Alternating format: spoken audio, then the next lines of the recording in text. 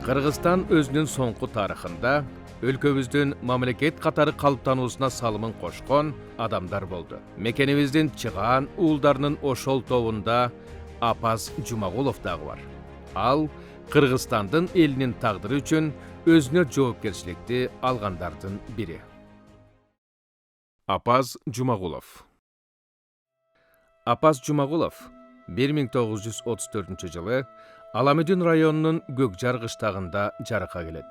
Атасы Жумагул Чокоев адегенде Көкжар колхозунда башкарма болуп, кийинчерээк сабаттуулугун эске алышып, жаңы уюшулган Аламүдүн асыл тукум совхозуна жиберишет. 1938 жылы Жумагул Чокоев аскерге чакырылып, финдер менен болгон согушка катышат.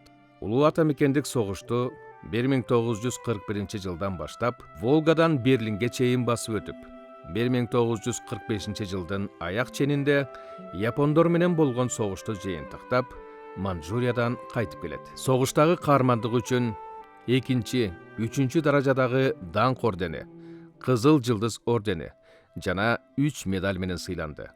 Согуштан кийин жубайы сонун Төлбашы кызы менен айыл чарбасында эмгектенишип, өмүр сүрүштү. Кичинекей апастын тагдыры атасы аттанып кеткен кандуу согуштун мезгилине туш келди. Азыр элестетиш кыйын, 8-9 жаштагы тестиер бала, өспүрүм кыз эжеси Сулайка менен ревматизм менен узакка ооруп төшөктө жатып калган апасынын ордуна түнкүсүн чоңдор менен катар уй сарайга күзөткө туруп, карамагындагы 250 уйдун чөп жемдерин берип, саанга даярдап, жууп тазалашты. Күндүз алыскы мектептен келери менен көпчүлүк балдарга аралашып, талаада машак термей, 4-5 чакырым аралыктагы тоонун капталдарынан куурай, тезек терип, жонуна көтөрүп, кеч күгүмдө кайтып келмей. Бул окуялар тестиер апастын балалык өмүр баяны. 1949 жылы 7 классты аяктап, Фрунзедеги номер 5 кыргыз орто мектебине келип кирди. Каарманыбыз бул жердеги окуучулук мезгилин, окуткан мугалимдерин эсинен чыгарбай, дайыма эскерет. 1952 жылы каарманыбыздын тагдырында чоң бурулуш болду.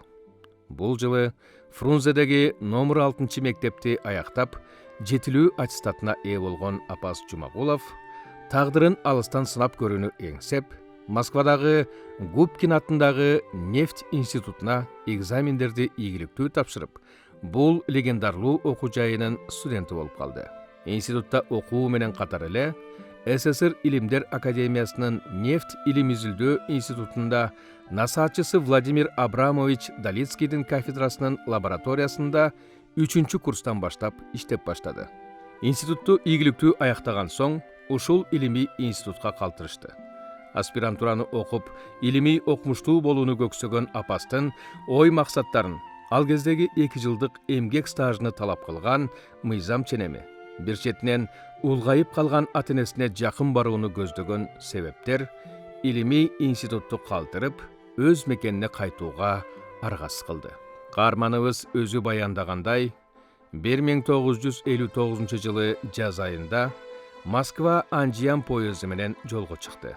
25 жаш курактагы Апаз Жумагуловду жаңыдан курулуп жаткан Кочкор Атада Кыргыз нефть башкармасынын жетекчилери жылуу тосуп алышты. Көп өтпөй, Чаңгырташ мунай кенинин улуу геологу катары жаш кезинен көксөгөн максатын ишке ашырууга жол ачылды. Албетте, кыйынчылыктар болду, бирок жаш геолог өз кесибин жакшы көргөндүктөн талбай иштечү. Ишти уюштура билгендиги жана кесипкөй жумушчуларды туура башкаруунун жыйынтыгы менен ийгиликтер жаралып турду.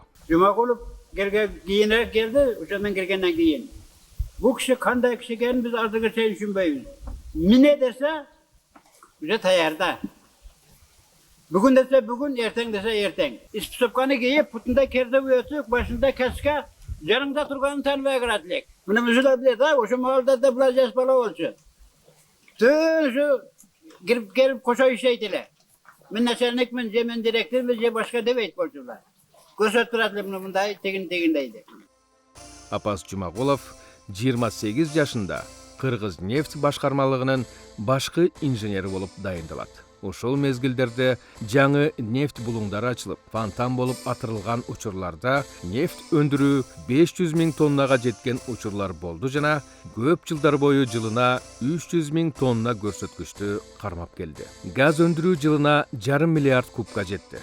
Бургулоочу жаңы скважиналарга нефть мунараларын кыска убакыттын ичинде которуунун жаңы методун киргизип, аны ишке ашырды.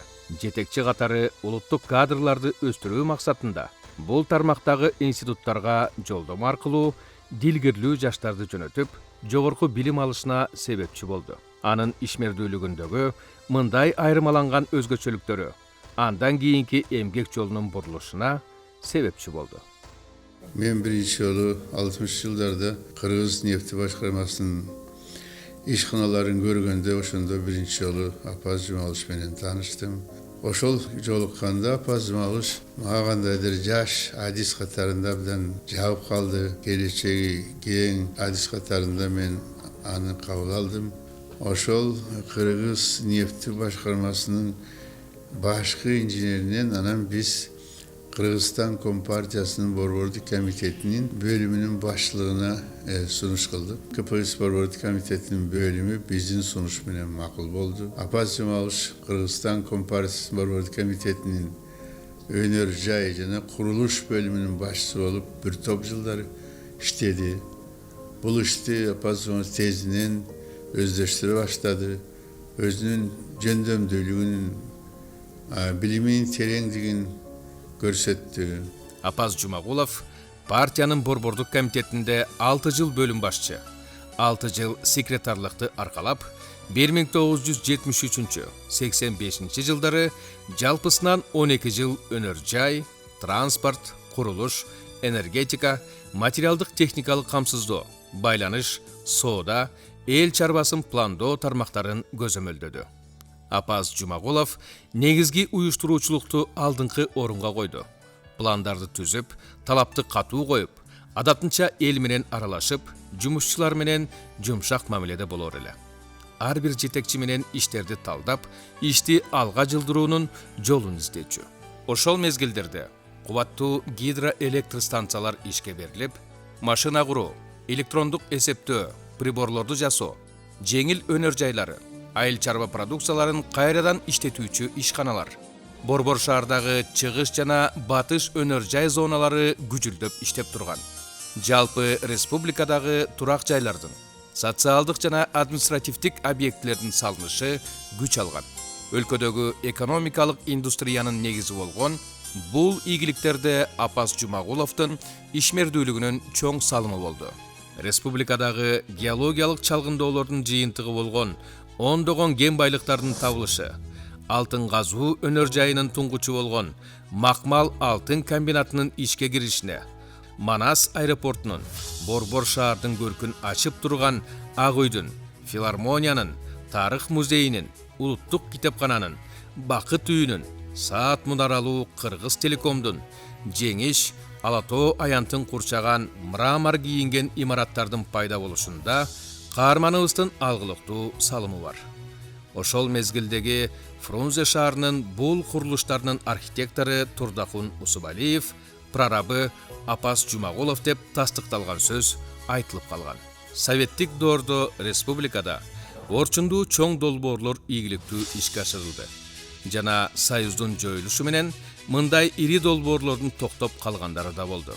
Мисалга алсак, республиканын жетекчиси, комиссиянын төрагасы Турдакун Усубалиев жана орун басарлары Султан Ибраимов, Апаз Жумагулов башында турган эң ири мамлекеттик долбоордун Ысык көл Чүй аймактык өндүрүштүк комплекси боюнча мүдөө максаттары таң калтырат.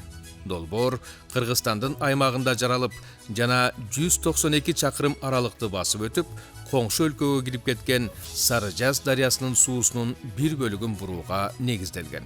Муну менен Ысык көлдүн түндүгү аркылуу узундугу 235 чакырым келген ири каналды куруп, Ысык көл жана Чүй өрөөнүнүн 200 000 гектар кайрак жерин өздөштүрүү жана кубаттуулугу жылына 5 миллиард киловатт болгон 4 ГЭСтен сырткары эң башкысы Ысык көлдүн тартылып кеткен деңгээлин толуктоо болгон.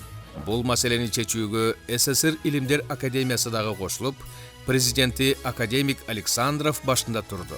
Окумуштуулардын эксперттик корутундуларынан кийин кабыл алынсын деген чечим чыкты. Союздук өкмөттүн тапшырмасы менен Госплан бул комплексти союздук социалдык экономикалык өнүктүрүүнүн негизги багыттарынын долбооруна киргизди. СССРден түстүү металлдар министрлиги жылына 3000 тонна калай жана вольфрам өндүрүүчү комбинаттын курулушун баштады. Тилекке каршы Советтер Союзу кулагандан кийин Ысыкөл чүй аймактык өндүрүштүк комплекси, анын ичинде Сары Жаз суусунун ресурстарын пайдалануу боюнча бардык иштер токтоду.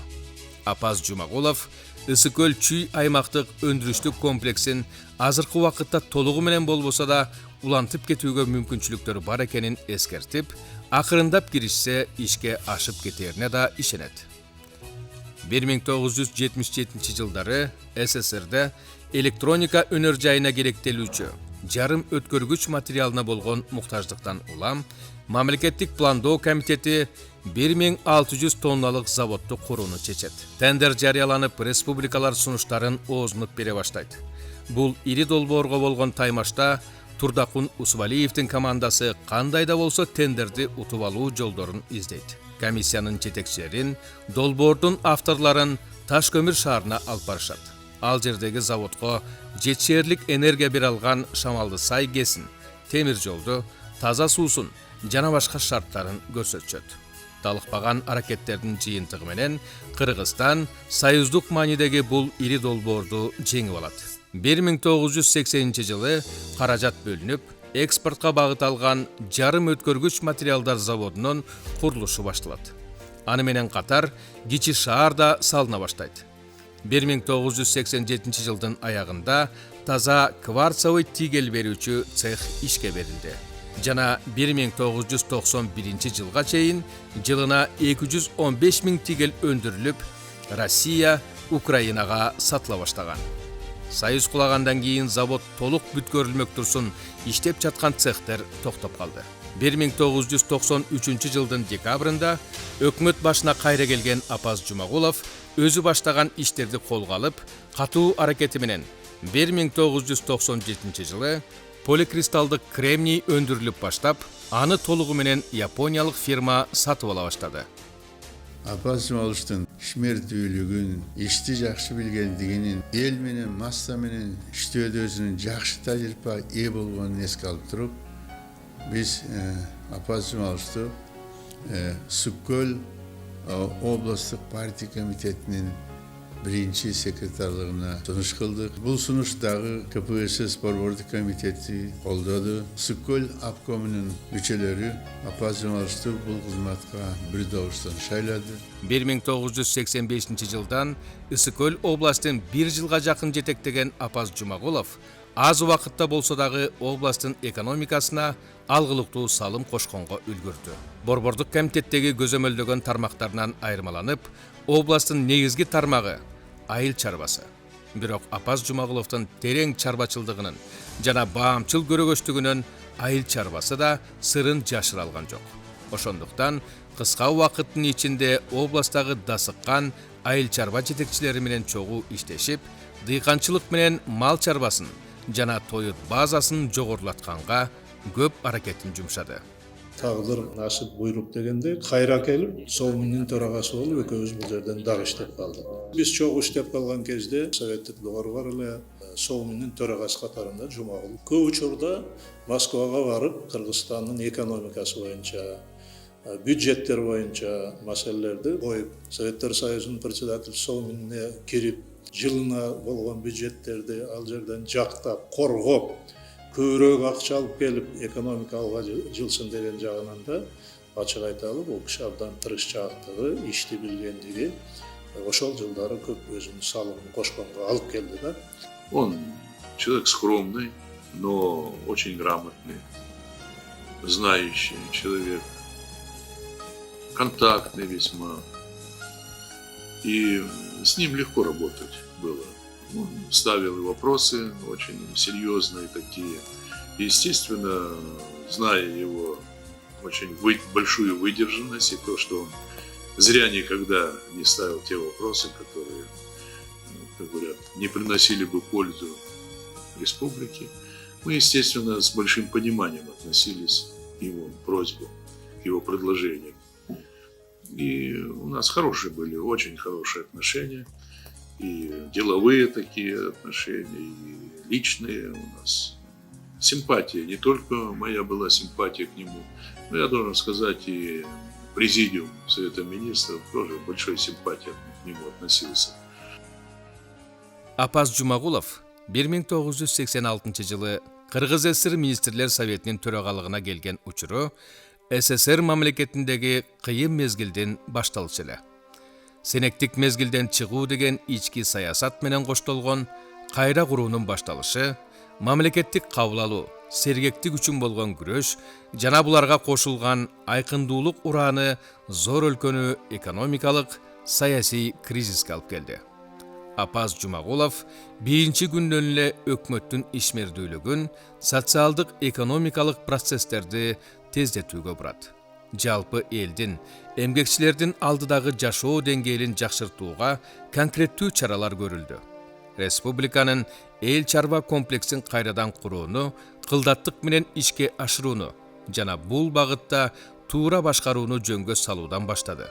Апаз Жумагулов СССРдин өкмөтүнө Кыргызстандагы алтын кендерин толуктап чалгындоо жөнүндө маселени бир нече жолу көтөрүп, Кумтөр, Талдыбулак, Солжээк, жери үй кендерин изилдөө, чалгындоо жумуштары жыйынтыкталды. СССРдин запастар боюнча мамлекеттик комитети Кумтөр кенин 617 тонна алтын запасы менен бекитти.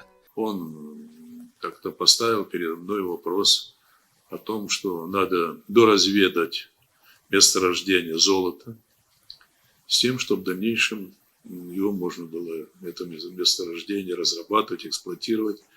И мы тогда, я поручил геологам нашим, чтобы они усилили геологические работы. Такие работы были проведены, и даже еще во времена советской власти, то есть еще был Советский Союз, уже было утверждено ГКЗ, в Государственном комитете по запасам были утверждены, уже официально утверждены запасы золота. Но, к сожалению, разработку в то время, в связи с изменениями, которые произошли, не было. Я должен сказать, что Апаз Жумагулович в этом отношении, конечно, очень много делал, чрезвычайно много делал, и большое спасибо ему. У меня самые добрые воспоминания о его деятельности. Апаз Жумагулович өзү айыптан сыпайы, оор басырыктуу, акылман адам.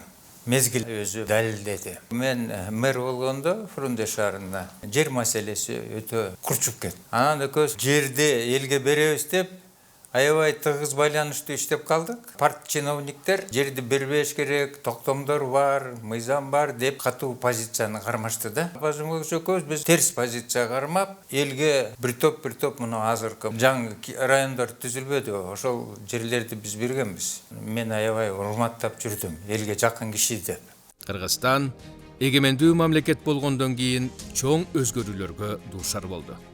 Апаз Жумагуловго Чүй областын жаңыдан уюштуруу жана андан ары жетектөө милдети турду. Стратегиялык маанилүү регион болгон Чүйдө өнөр жайды, айыл чарбасын жана башка объектлерди кантип сактап калууну ойлогон Апаз Жумагулов экономикалык рыноктук шартка жараша менчиктештирүү процесстери башталганда убагында өзү башында туруп курдурткан ири завод, комбинаттарды токтотпой иштетип сактап калууга үлгүрдү. Областагы дагы бир көйгөйлүү маселе болгон айыл чарбасында башаламан башталган агрардык жер реформасын туура нукка бурууга катуу аракеттерди жасады. Бул жагынан областтын өрөөндүү аймактарында эл үчүн негизги муктаждык болгон сүт, эт жана дан эгин багытындагы ири бириккен дыйкан чарбаларын түзгөнгө үлгүрдү.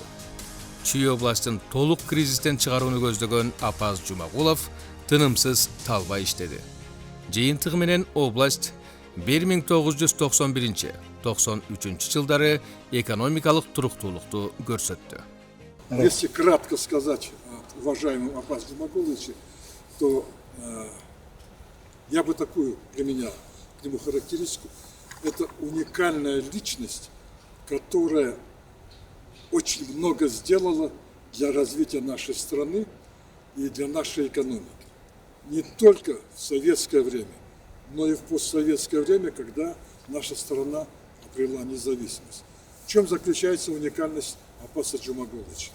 Во-первых, это человек, вот если кратко сказать о нем, это ходячая энциклопедия по нашей экономике. Любой вопрос, который вы зададите о том, значит, что у нас находится под землей, что у нас находится сверху, какая промышленность, что она производит, в каких объемах, это все знал Апас Джумагулович и знает. И поэтому, вот, несмотря на то, что приближается его юбилей, 90 лет, у него очень ясный ум. Он до сих пор пишет и делает, вносит предложения правительству, где и как нужно развивать. И это нельзя оставлять в стороне. 1993 жылы республикадагы экономикалык кризистин тереңдеши менен өлкөдөгү гиперинфляция 1436%га жетип, кыйын кырдаал болуп калган. Бул акыбалдан чыгуу үчүн мамлекет башындагы президент жана жогорку кеңеш тез арада ишенимдүү өкмөт түзүүгө аргасыз болду. Президент рейтинг жолу менен эң жогорку добуш алган 5 кандидаттын ичинен Апас Жумагуловду премьер-министрликке көрсөттү. Апас Жумагулов өкмөт башына келгенде өлкөдөгү экономикалык акыбал өтө оорлошуп кеткен. Өндүрүш токтоп, жумушсуздук көбөйүп, жакырчылык менен жокчулук күчөдү. Бир нече айлап пенсия, стипендия тийбеген элдер, студенттер мындай турсун. Айлык акысын ала албай калган жумушчулардын, социалдык тармакта эмгектенген кызматкерлердин, башка кесипкөй адамдардын, шаар жана айыл тургундарынын жашоо деңгээли күн санап начарлай баштаган. Буларды коштоп өлкөнүн аймагында табигый кырсыктар улам кайталанып, ушундан улам мамлекеттин алсырай түшкөнү ачык эле көрүнүп калган. Апас Жумагулов өкмөттүн структурасын жаңылады. Жоопкерчилик, уюштуруучулук иштери боюнча талапты катуу койду. Ошону менен катар эң негизгиси система жаңы курулду. Өкмөттүн функциясы, милдети өзгөрүлдү. Жеке менин пикиримде, кылым тогушуп жаткан маалдагы кыргыз саясатынын, кыргыз мамлекет башкаруучуларынын эң көрүнүктүүлөрүнүн бири акебиз Апас Жумагулов болсо керек деп ойлойм. Себеби дегенде, ал киши социалисттик доордо мамлекеттин өкмөтүн башкарып келип, өткөн мезгилде өлкөнүн өкмөтүн башкарып, оор кырдаалда, ошол өткөн опурталдуу кыйын заманда Апас Жумагулов колунан келгендин бардыгын жасаган мамлекеттик ишмер, абдан таанымал саясатчы катары бизге белгилүү. Апас Жумагуловдун бир мага жаккан жакшы сапаттарынын бири эмгекчилдик жагынан бул Кыргызда Апас Жумагуловга жеткен дулдул жок деп ойлойм. Себеби бул киши күндөп түндөп өзүнүн кызматы менен алек болуп, кандай маселе менен кайрылбагын ал киши республиканын чарбасын, мамлекеттүүлүгүнүн тамырын өзүнүн колунда кармап турган адам эле да. Кайсыл гана тармак менен ал кишиге кайрылбагын. Илимден болобу, маданияттан болобу, адабияттан болобу, айыл чарбасы болобу, оор жана жеңил өнөр жайы, ген жайынан сөз кылсаң дагы бардык жагынан кабардар, биздин доорубузга жараша татыктуу уулдардын бири эле деп ойлойм. Апас Жумагуловго 1995 жылга белгиленген Манастын 1000 жылдыгын өткөрүү боюнча мамлекеттик комиссияны жетектөө милдети тапшырылды. Бул мамлекеттик чоң маарекеге 1992 жылы указ чыккан менен даярдык көрүү, курулуш жана башка иштери дээрлик токтоп калган. Кыска убакыттын ичинде Манас айылынын, Манас ордоонун курулушун, маареке өтүүчү аймакты табуу, ал жерди калыбына келтирип даярдоо жана башка иш-чараларды бүтүрүү милдети турду. Апас Жумагулов ансыз да жетишпей жаткан убактысын сараптап, бул иштерди жеке өзү көзөмөлдөдү. Жыйынтыгы менен бардыгы белгиленген мезгилге даяр болду. Кыйын кезең мезгилде өкмөт башына келген Апас Жумагулов мурда калыптанган уюштургуч жөндөмүн, экономиканы терең түшүнгөндүгүн, өнөр жайды, айыл чарбаны, курулуш, энергетика тармактарын, социалдык багыттарды таасым билгендигин натыйжалуу көрсөткүчтөр аркылуу далилдеди. 1996 жылы реформанын биринчи этабы ийгиликтүү аяктады. Реформанын экинчи этабы уланып, жыйынтыгына Ал кездеги депутаттар таң қалса, сүйінгөнін президент та жашыралған емес. 1997 жылы ички дүң продукция 111%-га, өнөр жай продукциясы 137%-га, айыл чарбасы 113%-га, инфляция 115%-ды түзіп, сомдың курсу қалыптанды. Айлық ақылар, пенсия жана башка төлөмдөр өз убагында төлөнүп, элдин келечекке болгон ишеними байкалды. 1997 жылдын жыйынтыгы менен туура жана так пландалып жүргүзүлгөн экономикалык реформанын күч аркылуу республика кризистен чыгуу жолуна түштү. Бул жетишкендиктер тууралуу 1997 жылы декабрда Москвада өткөн шериктеш өлкөлөрдүн мамлекет жана өкмөт башчыларынын жыйынында жалпы өкмөт башчыларынын атынан маалымат берип жаткан Виктор Черномырдин Кыргызстанга келгенде менде да, силерде да кыргыздардыкындай ийгилик болушун каалайт элем деп терең ыраазычылык менен айтканы бар. Апаз Жумагулов 1998 жылы 24 мартта президент Аскар Акаевка Кыргызстандын тарыхында биринчи жолу өз каалоосу менен премьер-министрликтен бошотуу жөнүндөгү өтүнүчү менен кайрылат. Эртеси 25 мартта Жогорку кеңеште мурда болуп көрбөгөн эң жылуу маанайдагы узатуу аземи болду. Депутаттар трибунага биринин артынан бири чыгып сүйлөп, ишмердүүлүгүнө жогору баа беришип, каалоо тилектерин жана ыраазычылыктарын айтты. Дооронбек Садырбаев элдин саламын жеткирип, Кочкор Ата шаарынын тургундары зарыгып күтүп жаткандыгын кабарлады. Өлкөгө жасаган зор эмгеги үчүн Апаз Жумагулов биринчи даражадагы Манас ордени менен сыйланды.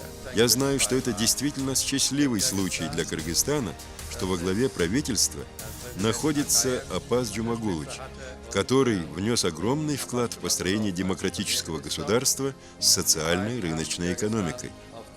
И в этом деле были достигнуты большие успехи.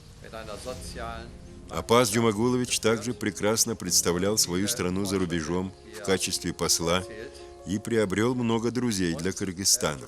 Чем особенно я восхищаюсь, так его качеством познания самого необходимого, но не только это, но и способностью реализовать все принимаемые решения. В нашем сегодняшнем мире мы страдаем от того, что принимаются какие-либо решения, но они не реализуются. А Апаз Жумагулович постоянно заботился о том, чтобы принятые решения осуществлялись. В случае необходимости он сам лично посещал государственные учреждения или предприятия, чтобы удостовериться в этом. Я желаю от всего сердца ему и его супруге счастья, действительного счастья в новом жизненном десятилетии и всего наилучшего. Апаз Жумагулов 1998-2003 жылдары Кыргызстандын Германия, Норвегия, Дания, Швеция, Ватикан өлкөлөрүндөгү атайын жана ыйгарым укуктуу элчиси болуп дайындалды. Дипломатиялык кызматында Апаз Жумагулов бул өлкөлөрдөн инвестицияларды тартуу менен алектенди. Өзгөчө Германия менен байланыштарды чыңдоого аракеттерди кылып, ал жактагы окуу жайларга кыргызстандык жаштардын билим алуусуна колунан келишинче шарттарды түздү. Дагы бир алгылыктуу иштеринин бири Берлин шаарында Кыргызстандын элчилигинин имаратка ээ болушу. Бул архитектуралык баалуулугу бар ажайып имарат Апаз Жумагуловдун жеке кайрылуусу менен Берлин шаарынын бийлиги тарабынан бекер тартууланып, жер аянты үчүн гана элчиликтин өзү тапкан каражатынан акча сарпталды. Кыргыз элчилигинин Германия жана Кыргызстандын ортосундагы байланышка кошкон чоң салымы үчүн элчи Апаз Жумагуловду өлкөнүн президенти Йоханнес Рау Германиянын жогорку сыйлыгы Чоң Крест ордени менен сыйлаган. Апаз Жумагулов 2005 жылы Кыргызстандын Россия, Азербайжан, Армения, Грузия, Финляндия өлкөлөрүндөгү атайын жана ыйгарым укуктуу элчиси болуп дайындалды. Россиядагы атайын жана ыйгарым укуктуу элчиси болуу менен негизинен ал жактагы кыргыздар үчүн эң көйгөйлүү маселе болгон миграция иштери боюнча көп аракеттерди жасады. Россиянын достук ордени менен Апаз Жумагулов эки өлкө ортосундагы кызматташтыкты жана достукту бекемдөөдө өнүктүрүүдөгү чоң салымы үчүн татыктуу болду. 2022 жылы Қазақ Республикасының президенті Қасым-Жомарт Тоқаев Бордош эки өлкөнүн ортосундағы ар тараптуу мамилелерди чыңдоого кошкон салымы үчүн Апаз Жумагуловду достук ордени менен сыйлады. Апаз Жумагулович жөнүндө айта турган кебим бир топ.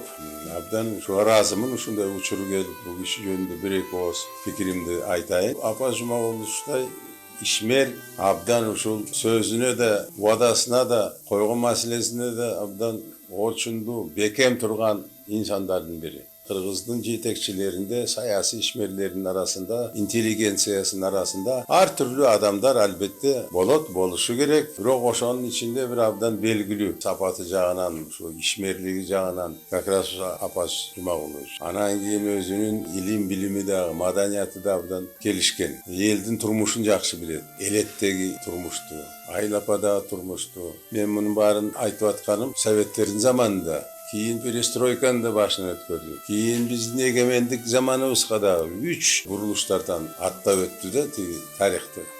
Ушунун баарына тете келип, кайсы заманда болбосун өзүнүн мыкты ишмер, мыкты адам экенин ушул белгилеп жүрдү. Андыктан ошол коомчулуктун арасында Апаз Жумагулович жөнүндө пикирлер абдан бирдей. Биздин мамлекетибиз, Кыргызстаныбыз кандай гана жетишкендиги болсо, муну гидроэнергия жагынан, курулуштар, жол салуулар, шаар куруулар, мына ушул кайсы жагын барбаган сөзсүз Апаз Жумагулович ошого тиешеси бар. Кыргыз элинин чыган уулдарынын бири сөзсүз Апаз Жумагулович.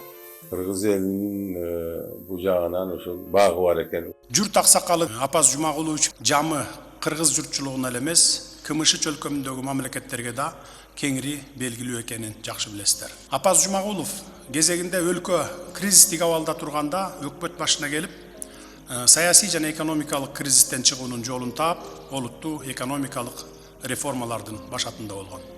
Ошентип өлкөнү туруктуу өнүгүү жолуна сала алган. Билген адамдар чогуу иштегендер, Апаз Жумагулов иштегенде өзүн да аябагандыгын, бардыгынан ишти катуу талап кылгандыгы жана адамгерчиликтүү бийик сапаттары тууралуу кеп кылышар эле. Мындай адамдар биздин өлкөбүздүн тарыхын жаратышып, өз өмүрлөрүн жашоо турмушту жакшыртууга арнаган өрнөк, үлгү болушту. Апаз Жумагуловдун элдин бакубаттык үчүн жашап өткөн өмүрүндө жана эмгек жолунда биз кыргызстандыктар сыймыктанып айта турган көп нерселер бар. Өмүрүнүн ондогон жылдарын арнаган эмгек жолуна азыркы мезгилден туруп көз чаптыруу биз үчүн кызыктуу болду. Апаз Жумагулов өз өмүрүн элине, мекенине кызмат өтөөгө арнап, Кыргызстан мамлекетинин тарыхында өз сөзүн айта алды.